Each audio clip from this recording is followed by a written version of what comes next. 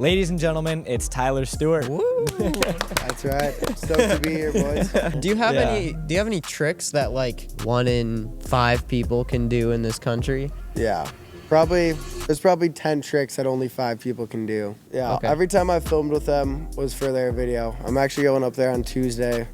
We're doing a cheap versus expensive wake boat video, so. When you said earlier you were ranked #1 under like Centurion, is that in the whole world?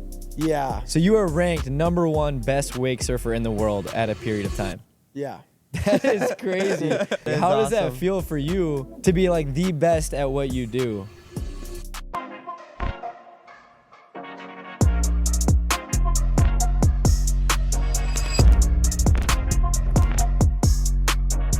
All right, Shields is helping us give away a $100 gift card. Go to our Instagram. You'll see pictures of me and Aiden holding this gift card sign. All you have to do is subscribe, like, and leave a comment on that Instagram post, and you'll be entered. We're doing 4 giveaways, 4 weeks, and $100 gift cards each week. So make sure you get entered. Seriously, go watch every single episode in August and get entered to this giveaway. Welcome back to the Beyond the Spotlight podcast, hosted by myself. My name is Jack. And now I'm Aiden. Today, we are in Shields in St. Cloud, Minnesota here. Huge thank you to Shields for having us. And today we have Tyler Stewart here with us. Welcome to the show, Tyler. Thank you. Thanks for having me. Huge thank you to the sponsors today, Giant Snacks, All Sagar Meats, and Shields. He's a 2-time world champion wake surfer, board designer, and an entrepreneur who turned his passion into a profession at just 17 years old. From Minnesota lakes to global competitions, he's leading the way in the wake surf scene. Ladies and gentlemen, it's Tyler Stewart. Woo. That's right. Stoked to be here, boys. Early morning here in Shields, huh? Yeah. What time is it? Like 6:15? Yeah, about 6:30? 6:15. We had to be here before the whole crowd showed up before Shields opened. Absolutely. Those are your well-known highlights. Now let's get beyond the spotlight. How's it going today? Dude, I'm good. I'm surprisingly awake for it being 6:30. I don't normally wake up this early. So where are you originally from? I'm from Victoria, so Victoria, Minnesota. It's like an hour and a half away from here. But I went to Chanhassen High School. Okay, got you. Yeah. Did you go to college then or no? Yeah, and then I went to school at Grand Canyon University in Phoenix. How was that? It was so much fun, yeah. I just graduated this past spring, actually, so this is like my first summer being out of school, and it's been pretty fun. So during that high school time, were you involved in any sports? Yeah, I played hockey and lacrosse my whole life. So I learned how to skate when I was like 3, played hockey until my senior year of high school, and then lacrosse I started in like 6th grade, played that until sophomore year. That's when like wake surfing started getting a little more serious for me, so I had to quit the summer sports. Yeah. And I kept playing hockey though. And then outside of team sports, snowboarded, went to the skate park all the time, wakeboarded before I really wake surfed. So yeah, I was always outside doing something. So I think he's actually one of our youngest interviewees, isn't he? I mean, we had Trinity, Yeah, he could be. which Yeah, is kind for of sure. interesting because we never really Yeah. have someone our age here. Yeah. And you're so like accomplished at such Oh, a young thank you. age. And we'll dive into that whole journey. But were you living on a lake your whole life, or how did you get into the water sports originally? Yeah, no, we never lived on the lake. My parents grew up going to the lake, and now my grandparents live on a couple lakes up north. But yeah, we towed our boat. We kept it in our garage, towed it to the lake every weekend. And then when wake surfing started getting a little more serious, we got a slip, so we didn't have to deal with towing the boat every day. Sure. So yeah, right now I don't live on the lake. We just keep our boat on a slip out on Minnetonka. It's like 20 minutes away. But August 1st, we're moving to the lake, so I can't wait. I have, like, Really? Oh. one more week living off the lake. So stoked. So they're getting a new house? Yeah. Still That's live with my awesome. parents, but yeah, we're moving to the lake. That's awesome. So right away, you just got right into water sports and you fell in love with that. Is that something you wanted to do, or what did you go to college for? Well, I went to college for entrepreneurship after I knew I wanted to keep building my brand forever. But yeah, water sports at first, I didn't think it could really be a job. Like, I didn't even know professional wake surfing was a thing or that there was Right. any money in it. I just loved to wakeboard, and I would wake surf for fun if it was too choppy to wakeboard. So yeah, it wasn't until I started competing and winning a couple times where I was like, okay, maybe I could turn this into a full career. And I saw a bunch of other wake surfers doing lessons and stuff. Yep. And so I realized there's a bunch of different avenues you can take to make money. So Talk about the transition in high school from like you're a normal kid into now you're at 17, you're a professional wake surfer, you're doing competitions. When did you start doing competitions? I started in, I think my first one, I was like in 7th grade, but Wow. that was not serious. That was like just for fun. It was a local competition. Wasn't in the pro division. I was in the amateur division, and I didn't land a single trick. Sure. Was that wakeboarding or wake surfing? That was wake surfing. I never competed in wakeboarding. That's just what I love to do. I thought it was like a little bit cooler, so that's what I did. And then I went to a competition that was just nearby and saw all the pros there doing all these tricks. So I was like, okay, wait, wake surfing is actually a thing. Yeah. And there's room to learn tricks and compete. So that's how it kind of started. And then you continued doing them throughout high school? Yeah, I continued doing them throughout high school.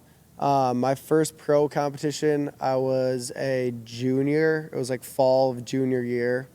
And then I was able to win like a couple $1,000. So I was like, okay, this is sick. Yeah. I'm gonna keep competing, and then yeah, that's what I did. So it took you 2 years to get down those tricks? Well, no, there would be more. It'd be like 4 years. It took me like, it was in 8th grade where I really started learning tricks. Sure. Or like trying to get my 360 and shove it down.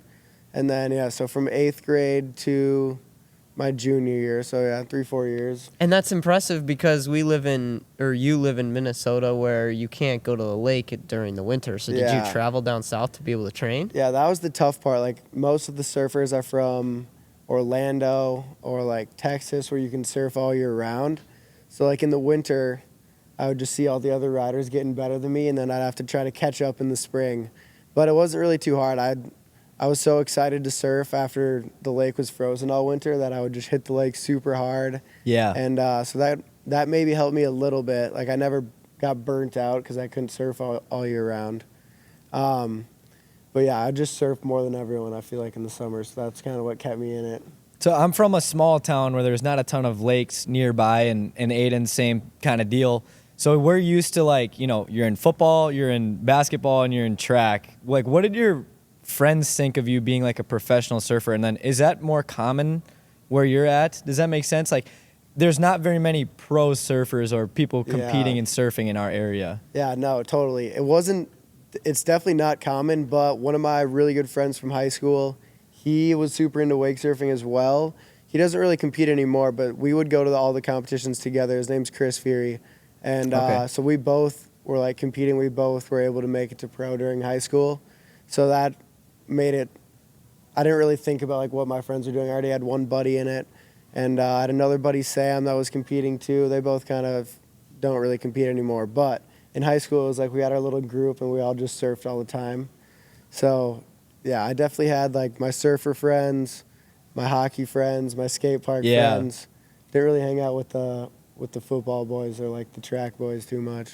Sure. So during that time, surfing though, like I think something that really isn't talked about much, you've been able to surf so much, but there has to be another person on the boat, right? Like there has to be someone who's driving the boat. So was that your family members or was that a friend when you were doing all this training? Because that's a lot of somebody riding the boat, you know? On the weekends, my family's always out there. That's like kind of our family time. So they're always helping me drive. And then weeknights, they'll always come out. But during the day, it's normally my sister and I. It's nice that we can just pull each other. We can both work on things. And yeah, growing up, it was just one of my buddies that had a boat. We would just trade off going on each other's boats all the time. So we'd surf 2-3 times a day sometimes. So when did you realize that you could make this a real job or a real career? 2019, after I did my first pro competition, that's when I had to create an LLC for my money to go into, and that's where I came up with the Wake Surf Party name. Gotcha. And I was like, I'll choose a cool name that I could eventually turn into, maybe it's just a clothing brand, but it turned out I could do a lot more with it. So yeah, the Wake Surf Party, that's what I brand all my lessons under, board sales.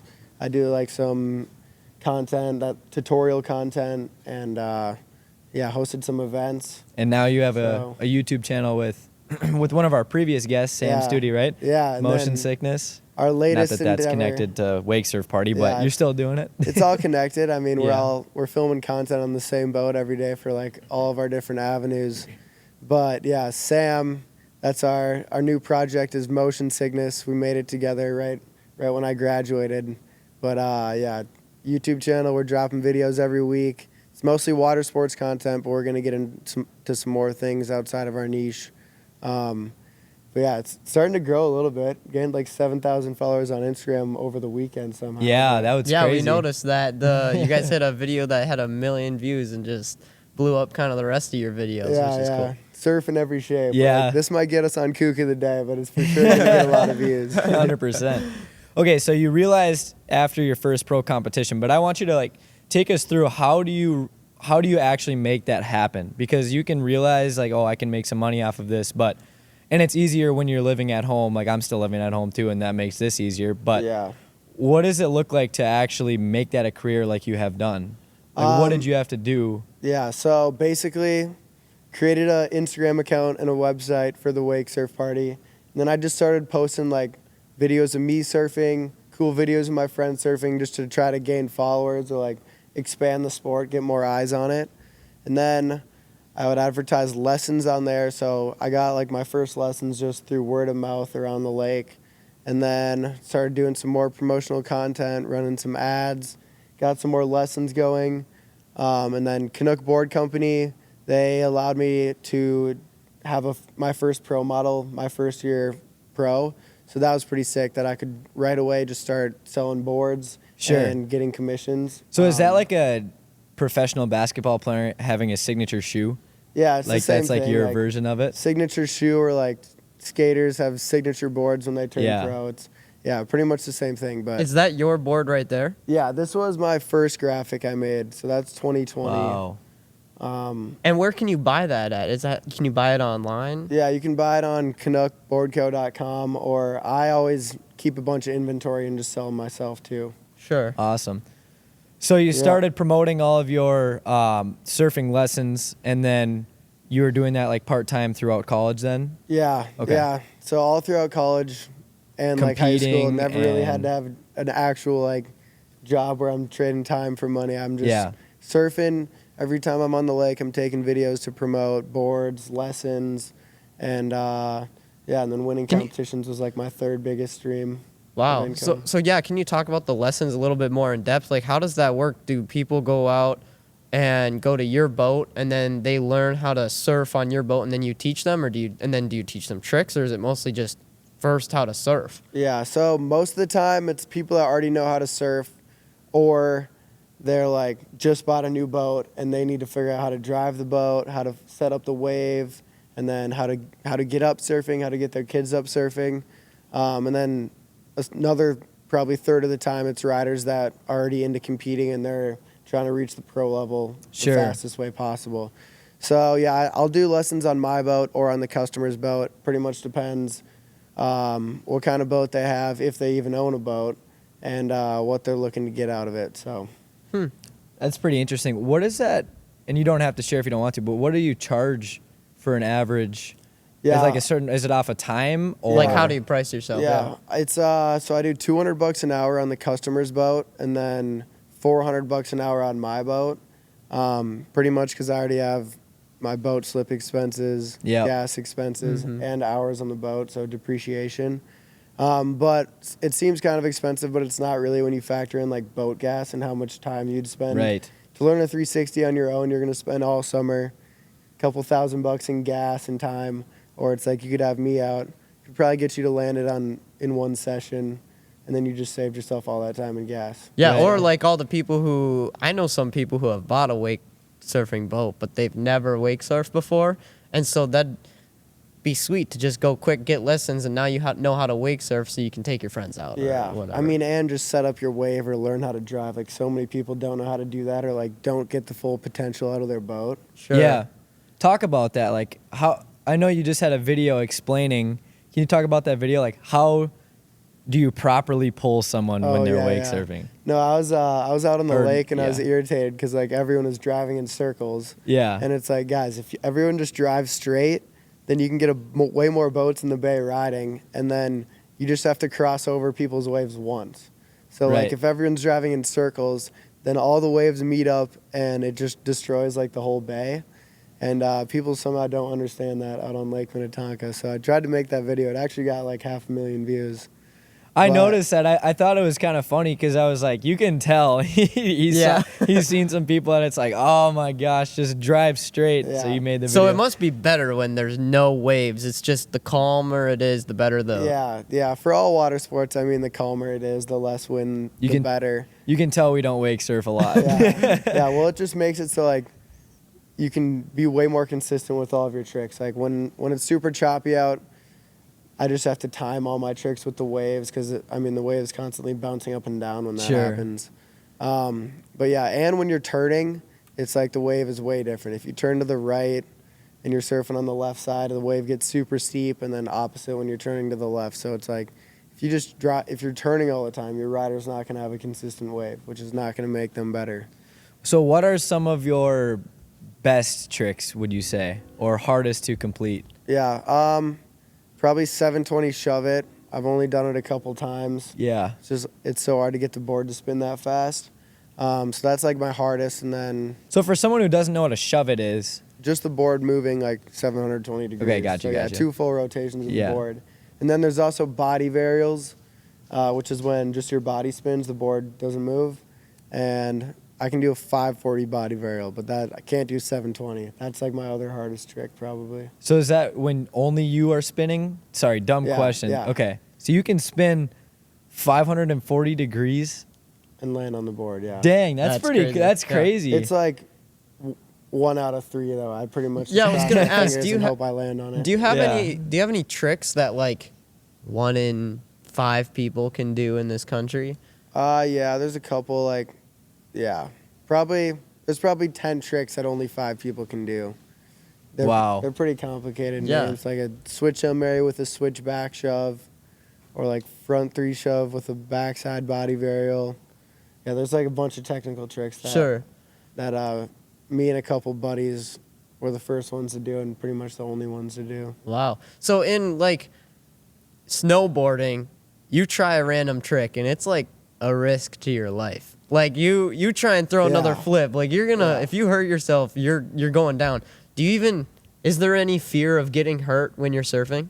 No, not really. Not on my skimboard. At first, when you're learning, a lot of people get cut up or just some minor injuries. But once you get better, I feel like every position I could fall in, I know exactly where the board is. I can like keep it away from me, yeah. and I can catch it with my hands. Like a lot of riders, when they're first learning, they'll kick the board away from them forwards because they're scared of it, and then the board hits the water and hits them when they land. It's once you get better, you have like way better board control, and you pretty much don't worry about it. We've been wake foiling a lot though, and that is terrifying. Wake 'Cause foiling? the foil is like a blade Yeah. in Yeah. the shape of an airplane under you, and that's And you're that's doing scary. flips on that thing. Yeah. That's insane. That was crazy. Yeah. Wasn't that first try, or did I see it? Was that a different video? It took me a while to Did it learn how take to you? do the Okay, flip, yep. but now I can hit them first try. Sure. But the foil the other day, I did it, just flew off my feet. I don't know how Oh, that happened. It gosh. never happened before. It shot like 30 feet up in the air. It's like if that landed in the boat or something, you Yeah. can get cut up pretty bad. Huge thank you to Giant Snacks for sponsoring this week's episode. From sunflower seeds, pistachios, pumpkin seeds, and cashews, Giants has all the great snacks you need. Check out some of the great flavors that they offer, from sweet Thai chili all the way to their newest flavor, Taco Tuesday. Seriously, guys, it is the best. There's a reason why they're in every MLB dugout. It's available online or in stores near you. Go check out their taco flavor. Thank you again, Giant Snacks, for being our main sponsor. Let's get back to the podcast. When it comes to quality meats, trust the experts at All Sauger Meats. Family owned and operated with locations in Ottoman, Fargo, and now open in Breckenridge. From hand-cut steaks to in-house made sausage, fresh seafood to smoked bacon, they have everything you need to elevate your meals. They're open 7 days a week in Breckenridge, so stop in whenever you need. Plus, check out our meat bundle packages and our bulk beef orders for unbeaten value. Visit allsaugermeats.com or stop into your local All Sauger store and experience the difference in every bite. All Sauger Meats, your trusted source for quality and freshness. Thank you, All Sauger Meats.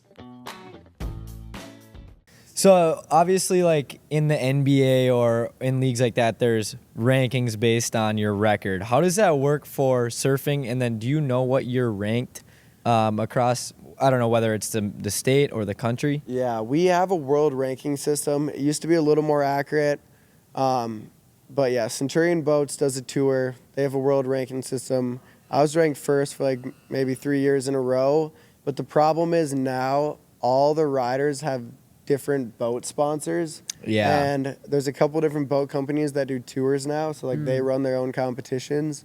So now a lot of the pros are split up in where they compete. So there's not really like a good world ranking system or way to decide that right now.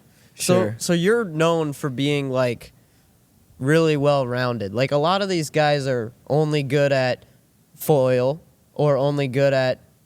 Yeah. I'm new to this, so I Yeah. don't exactly. Or can you explain? Yeah. Just explain because there's 3 different types, right? Yeah. Of surfing. Can you Yeah. explain that and how you do that in competition? Yeah, so skim and surf style, those are like the two original styles. Foil is pretty new. It's just coming into competing this past couple years. But yeah, so there's skim boards and surfboards. Skim is like a traditional ocean skimboard. You're doing tricks that are a little lower to the water, but the board's spinning faster, you're spinning. Is that the one with no fin? Yeah. Okay. Yeah, or some people use a 1-inch fin, but most of the pros go finless. Okay. And then there's also surf style, which is like 2 4-inch fins. Some people ride 4 fins with like 2 little ones in the back, but they don't really do much. And yeah, so 2 different divisions within competing. Most of the riders pick one and stick to it, try to master that one. That's what I did with skim at first, and then once I started traveling so much, I was like, I'm not gonna spend my money to get here and then not compete in all the categories. Yeah. Right. So then I started grinding surf style pretty hard. Now I'd say I'm pretty equally rounded in both. So I have like just as good of a chance at first in skim as I do in surf.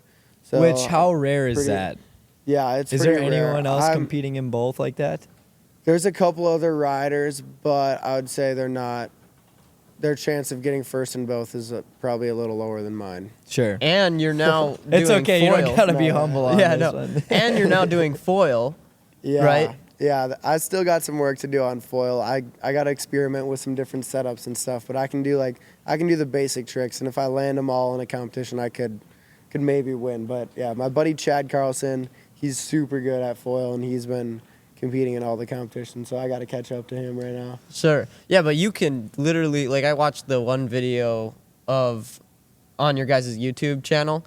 You placed in all 3. Yeah. And so, like, not many people can Yeah. do that, let Yeah, alone no. even try to do all 3, you know? Yeah, So that's pretty exactly. impressive. Thank So you. I want to talk about your brand. Can I ask you a question Oh, quick before yeah, that? yeah, yeah. I just had a quick question. When you said earlier you were ranked #1 under like Centurion, is that in the whole world? Yeah, So you were ranked #1 best wake surfer in the world at a period of time. yeah. That is crazy just to hear that. That Like, is how does that awesome. feel for you to be like the best at what you do? I guess I didn't really feel any different, but I was like more confident in other aspects of my life because like once you master one thing, you're like, okay, I can do everything else. So it definitely helped just like my overall confidence and like confidence. That's awesome. Wow. Yeah, that is just crazy. I wanted to not just brush over that like we didn't just say Right. we're Yeah. sitting with the best We wake are surfer. totally sitting So with the best surfer. I did have another question too, as far as like the different divisions. Is there other guys that are on your level surfing these different divisions now, or do you still think you're at the top of the game? Not divisions, but different. They're sponsored by different boat brands. Yeah, there's a couple guys like Jet is one of the best up and comers right now. Now I would say he's one of the best in the world, but he can spin the board faster than like everyone else. Sure. And so he's my biggest competition. And then there's also like Noah Flegel is pretty good. He mostly does the nautique competitions. Sure. Yeah, there's definitely guys on every boat company that could put up a fight. Do you feel a pressure though with being known as the best in the world at the, do you feel a pressure that you have to win every time? And like if you place second or third that it's like sad or like it's hard for you because there's so much pressure? Yeah, definitely. So my first year competing in pro, the nerves didn't hit as hard because I was like, oh, I'm the underdog, doesn't really matter. Yeah. And then won everything that year. So in 2021, like the year after, there's definitely a little more pressure like coming in, being like the previous world champ. Yeah. That you got to win and stuff. And then even if I got second or third, I'd be pretty bummed. Just because I knew I could win everything. So, yeah, there's definitely just the nerves before the competing was definitely got you. Where is that Worlds competition held at? And there are people traveling literally all across the world to come surf at it? Yeah, so Worlds, it changes every year. Pretty much the boat dealership will put it on. So last year it was in Texas, but we've had it in North Carolina. We've had it in Texas again, Utah. Yeah, it changes. Always in the U.S. though. Changes every year. It's always been in the U.S. Yeah. Okay, interesting. Sure. So I want to talk about like the different brands you've worked with, and when I look at that board, I see Centurion on boats, but then I also see the brand of the board. How does that work? Because I have no idea. I have no idea, but how does that work? Do brands reach out to you to be able to create your board line, or did you reach out to brands? Yeah, so all my sponsors have came pretty organically. Like I never DM'd anyone being like, sponsor me, which I think is the best way to go about it. But basically, I just got super involved in the competitive scene, met everyone, and then built the connections that way. So I met the Canuck guys at a local competition and then hopped on their board. It like totally changed my riding. I landed a bunch of new tricks the first day I was on it. And my previous board was definitely not as high level. I didn't know that at the time. But so that's how I got connected with them. And then the relationship was pretty tight right away. So we got right into building a board. And same thing with Centurion.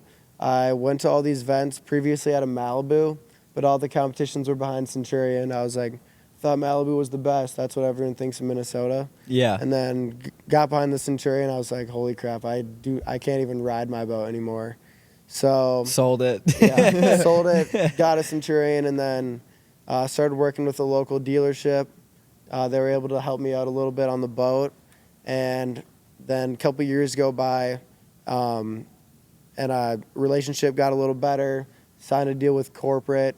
So now I mostly just work with like the factory rather than a dealership. Sure.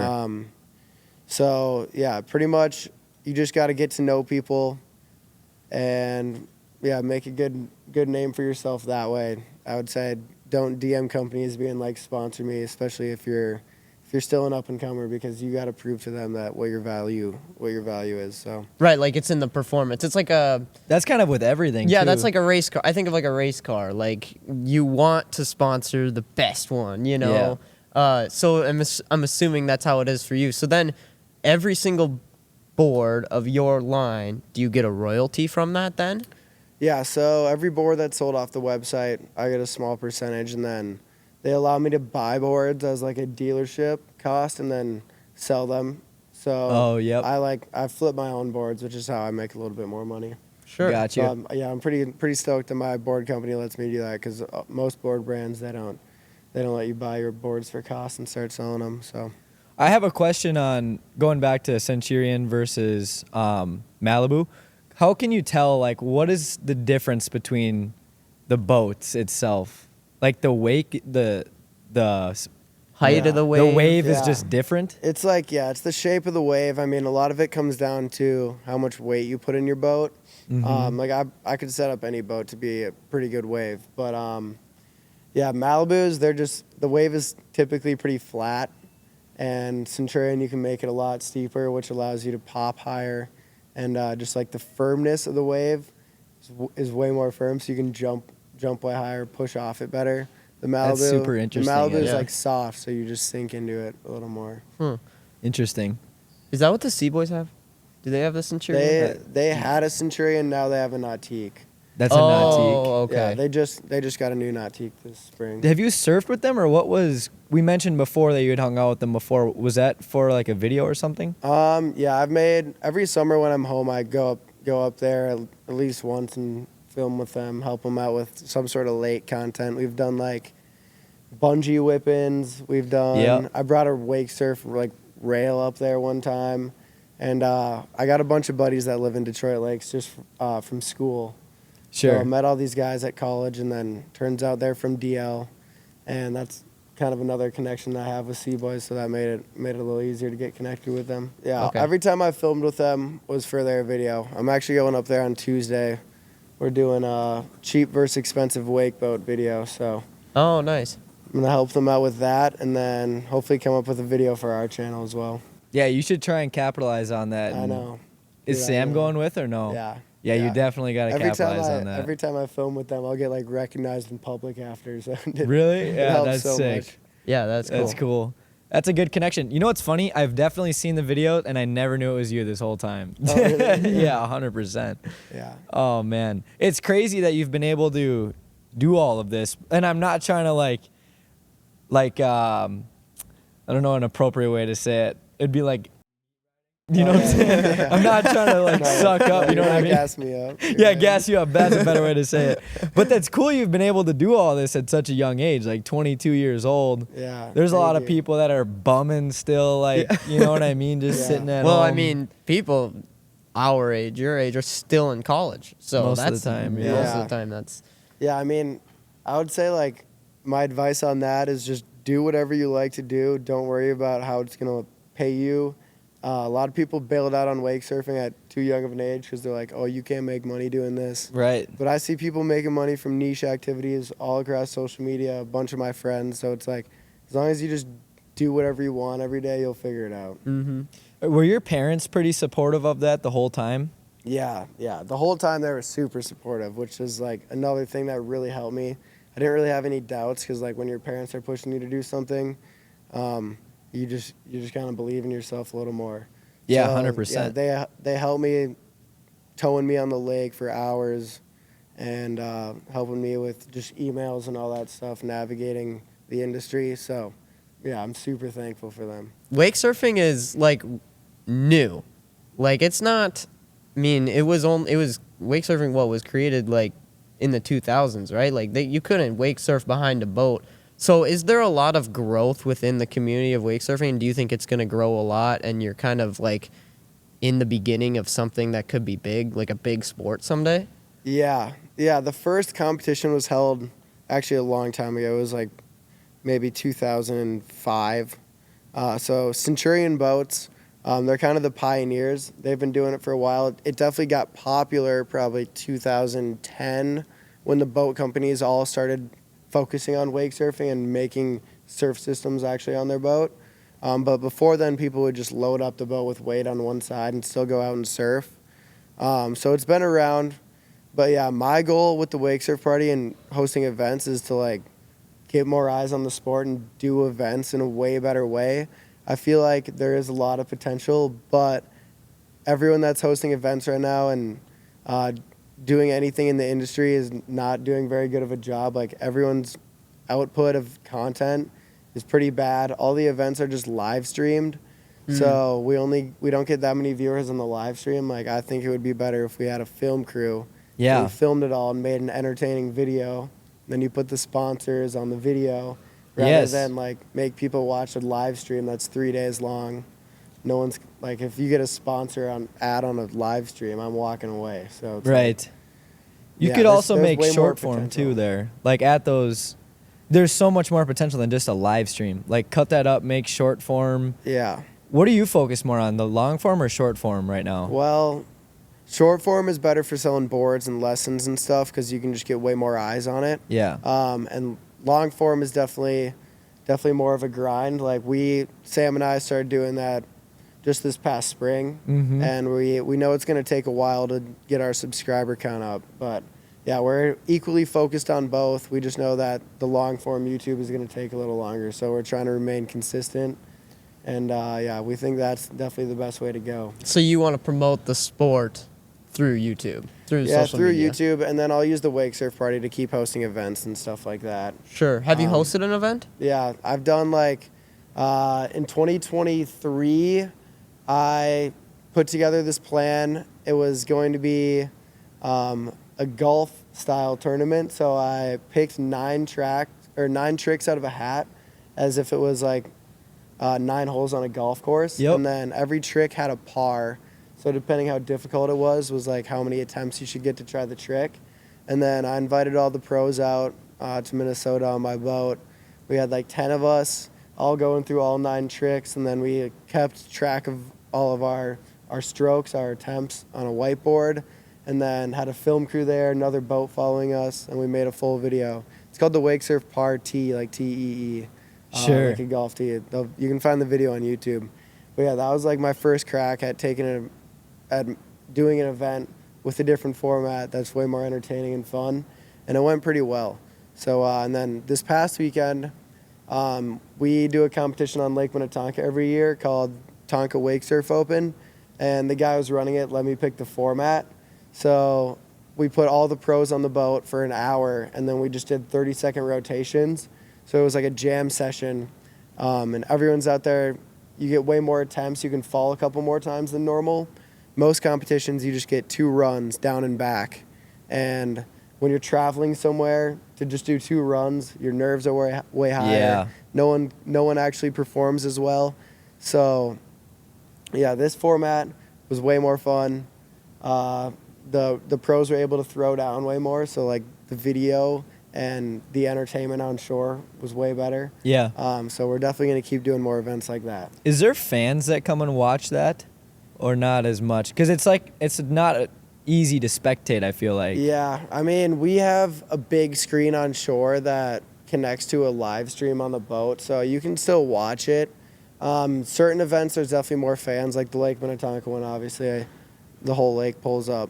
But when we're traveling around, yeah, there's not that many people at the competitions. Normally it's just the people that are there competing and their families and stuff. Sure. So. That's why I think there's so much growth to be had with wake surfing. Like, when I watched your guys' video, there's some people on the dock, and there's like a good amount of people there watching, but this is something that I think would be really entertaining. It just hasn't been put out there enough. And honestly, it really hasn't been around that long either, though, like a normal sport. Yeah. So there could be a lot of growth, and you might be in a spot, like, you might be pretty lucky for hitting that time Yeah. of a new sport.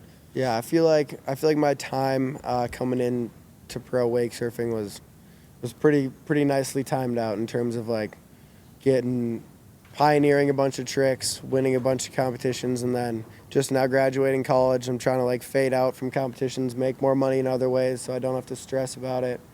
And yeah, I see the potential in competing. It's just we got to do more events like last weekend and like the video I made, the party, just so it's way more entertaining, because entertainment will get more sponsors, get more money, then you can just make the whole thing a bigger deal. Mm-hmm.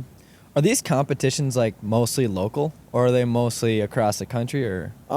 They're worldwide. I mean, the ones I do, I try to stay a little more local or go to the most popular ones. So it's like Minnesota, we have one on Minnetonka, one up in Alexandria, and then Texas, I always hit one in Lake Conroe every year. Okay. My friend runs that one.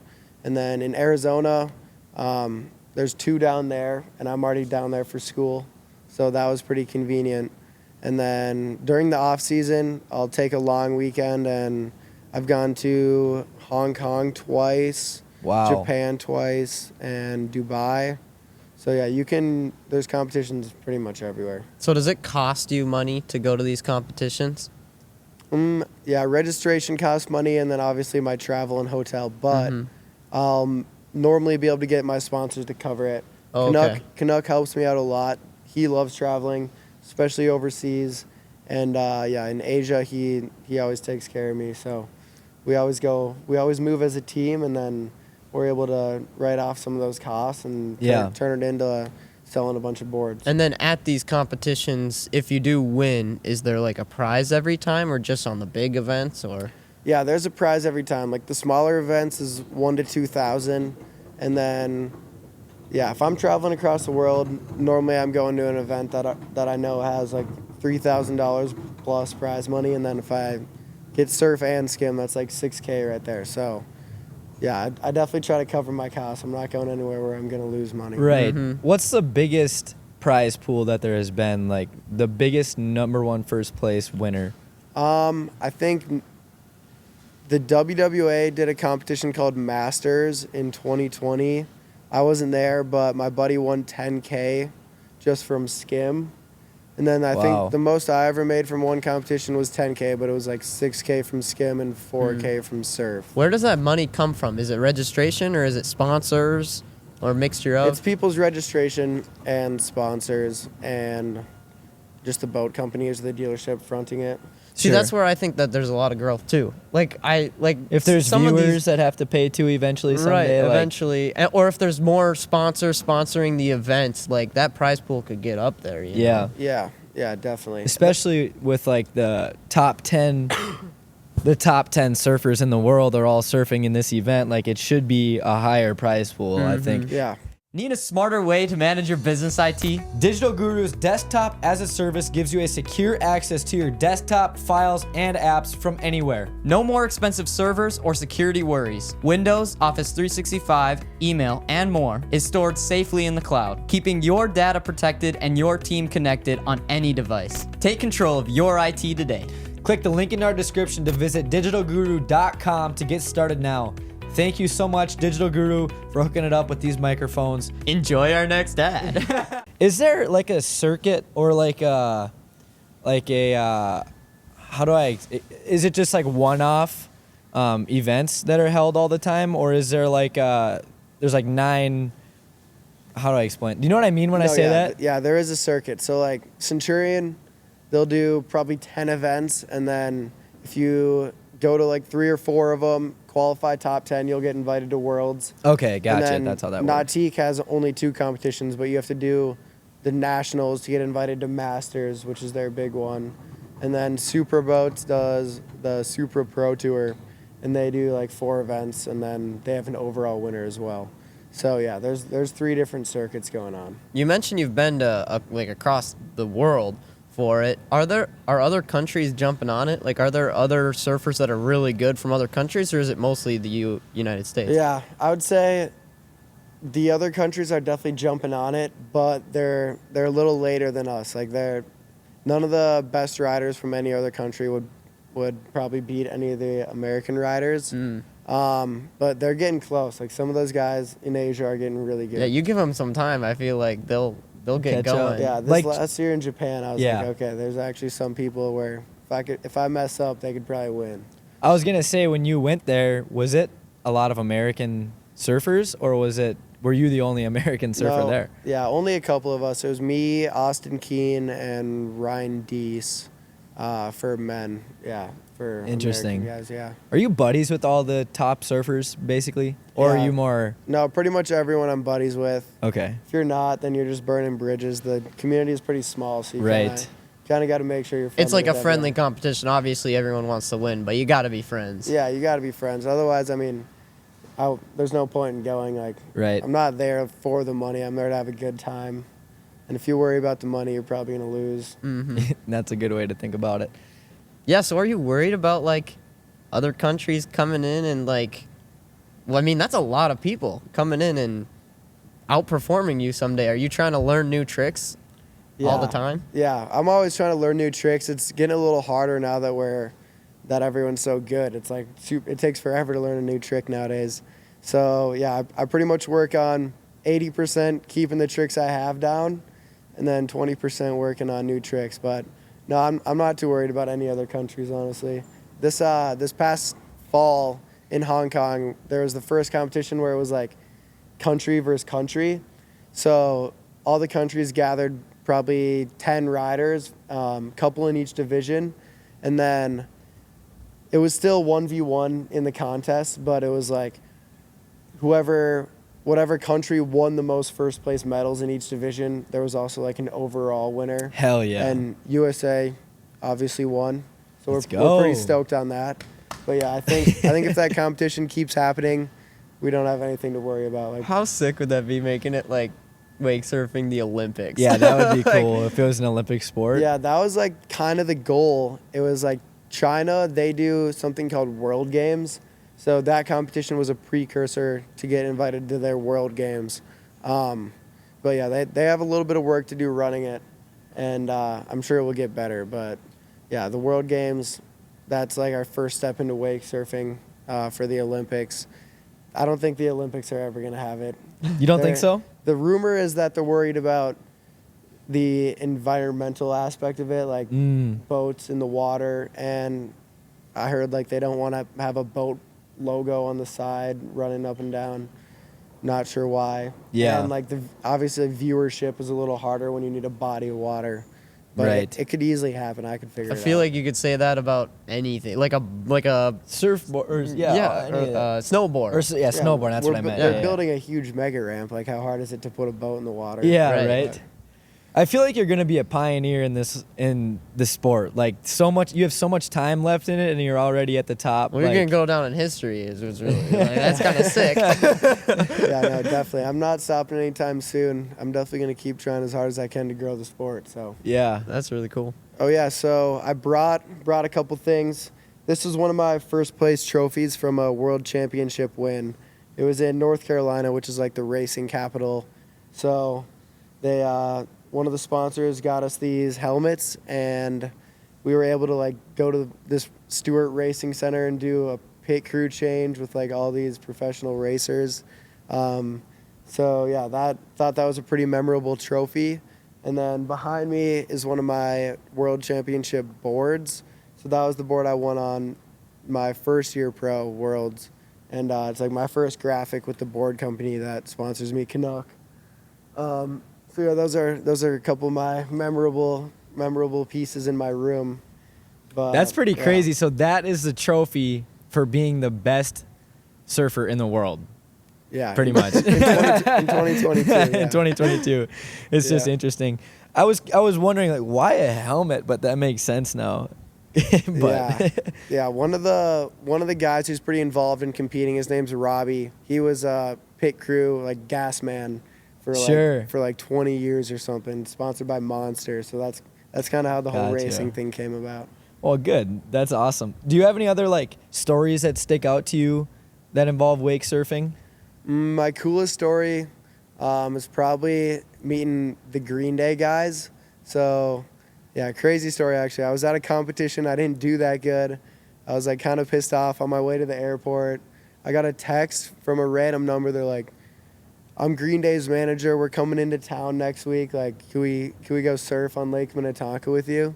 And all the words were spelled wrong. So I was like, "This is for sure Fake. And I didn't respond. I just like probably kept brain rotting on TikTok. And then I get a call from the same number, so I answered it. It actually was them. And then the next weekend they came out and surfed with us. And ever since then, every time they're in Minnesota, which is literally every summer somehow, they always come out, surf with me. We do like a lake day party, and then we go to the concert the next day. So Really? yeah, and then Dang, that's even, crazy. Yeah, even in Arizona, if they have a show, I'll just hit them up. They'll give me a bunch of backstage tickets. That's awesome. And yeah, I've made like custom boards with the Green Day logo for them.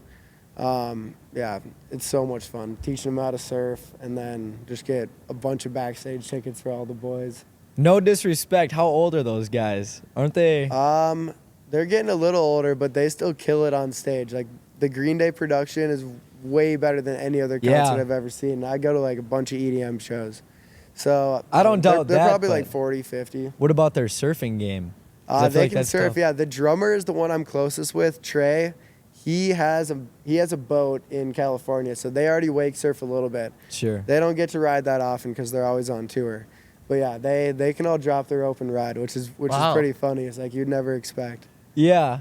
That's a super random thing. I Yeah. bet you never expected to happen No, when no. you first started, but that's pretty cool. Yeah, thank you. Yeah, Yeah. they have this bunny costume that comes out on stage right before all their performances. And then last year we brought the bunny costume and like wake surfed in it. No So we try way. to do a bunch of different funny things for social media with them, but they're awesome. Shout out to Green Day. Absolutely. I had a buddy of mine whose brother was like the biggest Green Day fan, and I remember he like wrote them a letter, and they actually like sent one back or whatever, and that was just the biggest deal. So it's No funny to way. hear. Yeah, it's funny to hear that you're surfing. You're surfing. That's Yeah. so random. A That band is- surfing. That but is random. Any other stories that stick out? We've had some pretty crazy experiences in Hong Kong. The first time I went there, we were with a bunch of pretty loaded people, and like whoever ran the competition, the staging boat is normally a pontoon, but this staging boat was like a 75-foot yacht with a whole crew. So they're bringing us food and drinks. Wow. And then after, we just stay out on the yacht, go downtown. That was pretty fun. And then Dubai as well, just surfing in front of that massive city, in front of the tallest building in the world. And then like after party on that river that goes through Dubai was just absolutely nuts. So those would be like my top 2 experiences, and the Green Day one. Yeah, that's awesome. You've been able to travel the world. I mean, you've been able to travel the world while surfing, and you're 21? 22 years old. Yeah, that's like honestly been the best part. I've obviously want to see as much of the world as possible. And then doing it with wake surfing, I get to cover a lot of my costs and normally make some money. And I just have people, I normally have locals taking care of us. So yeah, it's been amazing. Can you see yourself doing this for the rest of your life? Like be in the business of wake surfing, whether you're always on the board making content or competing, and then transitioning maybe to just selling boards someday? Yeah. Or what does that definitely. look like? If not wake surfing, I'll definitely be in water sports or action sports. I'm trying to transition to using more of my entrepreneurship skills, putting my degree to use actually. But yeah, I'm just going to keep expanding my business, got some product ideas, and hopefully just, have a business in action sports for the rest of my life. That's awesome. What are some of your goals? Like, do you have any goals lined up for the next year? Like, what do you want to be doing in a year from now? Goals would be 100K subs on YouTube, because Sam and I think just marketing through YouTube, if you can actually build a following, like those followers are way more meaningful than With Instagram motion followers. sickness? 100%, yeah. Yeah, so expand the YouTube to a point where we're actually making money, and then lessons and wake surfing is going to keep me afloat until I get to the YouTube point.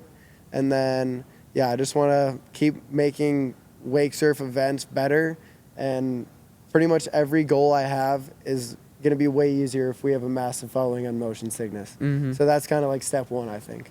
That's awesome. Do you have any plans of how you're going to make that happen? Or just continue to be consistent? Consistency is the number one thing. And we're getting better at filming every video we drop. But we just have a massive notes list full of just a bunch of ideas. That's good. And then obviously some collabs with the CBoys will help a lot. But Is motion sickness just you two then? You and Sam? Yeah, we're looking to get a filmer on board. One of our friends, Luke, he helps us out a lot, but he has a full-time job. Sure. We'll get some other people eventually, but Sam and I are putting all the work in right now. That's awesome. And then wintertime comes, you're going to go down to Florida? I'll go back down to Arizona Arizona? because my little sister is still going to school down there, and then she's going to want to surf all the time. I have the boat. So yeah, I'll go down to Arizona, still travel a lot. I'll be here a lot more, riding Highland Hills, snowboarding. So yeah, but definitely Arizona. I can't be here in the cold all winter. Yeah, absolutely. And you can't surf in the winter. No, so. exactly. No. All right, so we got a game for you. We're going to have rapid fire questions, and I'm going to ask it, and then you can just answer quick, and then we'll go on to the next one. All right, let's do it. What's your favorite trick Air 360. and why? It just feels good. It's not hard. It just feels good. Okay. Your favorite lake? Lake Minnetonka, because of Big Island. What's Big Island? That's our tie-up spot every Saturday. All my friends, we just tie our boats up and party. Oh, Awesome. nice. That's like the sandbar out there, Yeah, kind of? yeah, Okay. yeah. One rider that you look up to? Keenan Flegel. Is he one of the top? He was one of the top guys, right? Yeah, he's just been competing for the longest time, and he has super good style. And then, when I was younger, I was watching all of his videos. And then now we're on the same boat team, both sponsored by Centurion Boat. So. Are you like the Yeah, I love youngest that guy up there? Like in the top 10 in the world, would you say? One of the youngest? Or No, some of the younger kids are actually getting pretty good. Like Jet, my biggest competition, he's like 16 now. Wow. Really? No. Yeah, it's insane. He Yeah. must have been born and like just got On on the the weight. board. Yeah. Yeah. So, I mean, I would say I'm pretty average in terms of age. Okay. Gotcha. What's your go-to boat snack? Probably just Maynard's or Fletcher's. Those are like the two big restaurants on our lake. Oh, sure. I was like, I've never heard of Yeah, me either of neither. those. I was Yeah, like, what? no. I Okay. never bring food on the lake. Normally, I'm in a rush. I just hop on, and then after we're out all day, we're like, shoot, we got to eat. Right. What's your biggest pet peeve while surfing? People driving in In circles, circles. or people that toss the rope back in their boat, Yeah. or people that Wait, why? have a terrible wave. You don't like when they throw I it off just- to the side? No, Well, they want some. Yeah, Yeah. you want it to throw it off. Yeah, I don't like having to grab the rope and throw it back to you. Sure. I just want to sit there and watch and listen to That's awesome. music. And then your go-to song when surfing? Ooh, anything dubstep. Super big into dubstep and punk rock, obviously, because of Green Day. And Interesting. then I'll just shuffle a different artist. So it's like either Seven Lions, Subtronics, Green Day, Blink 182, Skizzy Mars, Mike. So do you like Quinn. MGK too then? A little bit. A little bit? A little bit MGK, not a lot. Okay. What do Yeah. you do outside of surfing then, just for fun? Or is it just like, that's what you do for fun, so you just do it? Yeah, outside of surfing, just boating, tying up, and then snowboarding, hiking in Arizona. I have a camper van, so we'll drive it down to like Southern California, do surf trips. Yeah, go to EDM shows, and yeah, edit videos. That's pretty much Sure. my life. That's pretty cool. Yeah. Oh, and off-roading. In You're Arizona, literally we have, doing like- your dream. yeah, literally. And then, yeah, off-roading in Off-roading. Arizona. I have a RZR, and the trails down there are just insane. And then there's also sand dunes and stuff. So down in Yeah. Arizona, that's like everyone, instead of lakes, pretty much everyone just goes off-roading. That's cool. That's one thing I've never tapped into is like the razors, the side-by-sides, the Yeah. dirt bikes. Like, Yeah, never tapped into dude, that ever. Same. And then I was visiting one of my friends in Arizona. He has a pretty decked out RZR. You hop in it, it's like terrifying, but so much fun. And then we have tower speakers on it, so it's like you're in a Really? boat blasting music, pretty much, but you're just flying across the desert. And yeah, we'll fly at like 60, 70 through the trail. It's like if you flip, you're dead, and it's so much fun. If you flip, you're dead, and Yeah, it's so much it's fun. more fun than wake surfing, except you can't just do it all day long because it's like it's pretty tiring. Yeah. And then just the wear and tear on the vehicle is just insane. Like you go through tires like every 3,000 miles. Wow. What advice would you give to a young kid that wants to try and follow in your footsteps, whether that's competing or doing a content side of it? What advice would you have for them? So advice would be for a youngin' wake surfer coming up, I would say be consistent with your practice. Like if you're just going out once a week for like 3 hours, you're not going to get that much better. Just try to go every day, no matter what the conditions are. And surfing in the wind's going to make you just as good. And like surfing in the cold, just still do it. And if you're falling on a trick, just keep going until you land it. Don't worry about all the falls. Like every time you go out, you're getting better, whether you know it or not. And then for content, make sure your lighting is good and like get a good angle, and then actually try to get views, because a lot of people, they'll just like post a surf clip, not a viral song, not a good caption, Yeah. like terrible lighting, terrible quality, and it's like you're just not helping yourself at all. So like trying to be super core doesn't really help in terms of like getting yourself sponsors or making money. So if you actually want to do it for a living, work on your content and yeah, work on your personal brand. Awesome. Yeah, do that before you reach out to a bunch of sponsors, because if you're not going to be able to advertise their product, they're not going to want you on the team. I feel Sure. like you're such like that's so abnormal to work on your craft so much to the point where the sponsors have no choice but to come to you. Whereas people typically, and we're guilty of it too, like we just want to rush to, hey, come sponsor us, you know what I Yeah. mean? Before you get to the point where you probably deserve it, you know, or yeah. you're. Yeah, I mean, they it have no can go choice. both ways. If there's a brand that you're really excited about or like you just use every day, you Yeah. really want to promote it, then yeah, reach out to them. It's worth a shot. It's I wouldn't say it looks bad, but if you're a beginner and you're just trying to get a board sponsor, I mean, Canucks get messages all the time like, hey, sponsor me, and we're like, dude, I mean, we're not going to give you a free board because you got 200 followers on Instagram, and Yeah. what are you going to do? Right. Right. Awesome. Well, we just want to thank you for coming out today. It's bright and early in the morning, but it went great. Yeah. We learned a lot, and yeah, so thanks. Oh, yeah, thanks for having me. I see a pretty good future for you guys in this. Looks like you guys are crushing it. So, yeah, I really appreciate you having me. and stoked to be on here. Thank you, Thank bro. I you. appreciate that. One thing we do at the end of our shows, we have some Giant snacks in the back. So we're sponsored by Giants, so we give a bag of seeds to every one of our guests. So we'll hook you up before you Heck go. yeah, let's go. Thank you guys for watching the Beyond the Spotlight podcast. Make sure you subscribe and leave a comment down below, and we'll see you next Monday at 6 p.m. Peace. Peace. Peace. Sweet. Tyler, thank you. Awesome.